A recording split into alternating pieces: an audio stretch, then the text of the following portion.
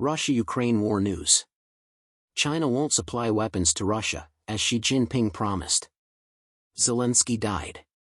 According to Ukrainian President Volodymyr Zelensky, Russian President Vladimir Putin has promised that China will not supply Russia with weaponry during the current conflict between the two countries.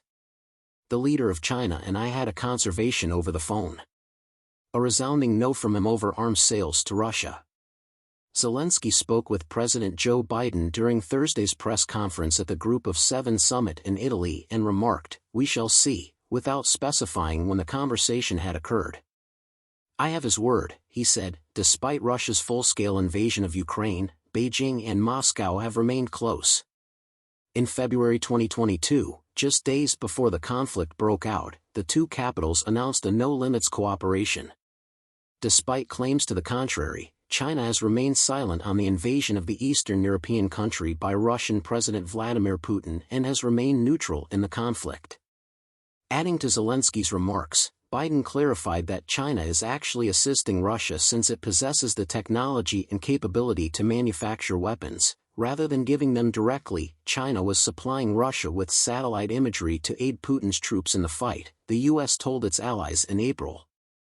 Bloomberg reported on April 7 from anonymous sources that China has supplied Russia with microelectronics, machine tools for tanks, and satellite imagery for military purposes, as there are indications of continued military integration between the two countries.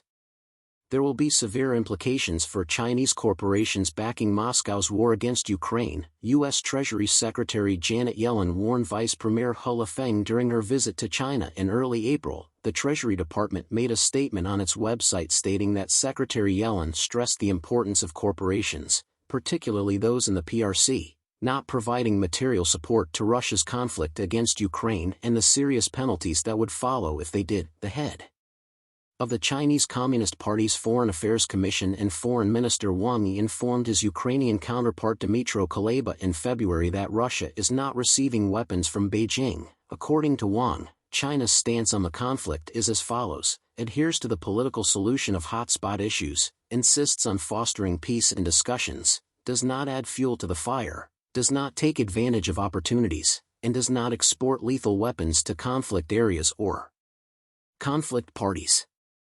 She is one of Putin's most trusted allies. The president of Russia stated in an interview with Chinese state media that Xi Jinping calls me his buddy, and I call him my friend. This was back in October. "Tell me who your friend is, and I will tell you who you are," the Russian president added, citing an old proverb. Thus, praising Chairman Xi Jinping will make him feel awkward, as if he were applauding himself, he continued. "Which is why I will make an effort to remain dispassionate." According to Putin, Xi is one of the acknowledged world leaders because he takes the time to consider all of the relevant factors before making a decision, rather than acting impulsively in response to events.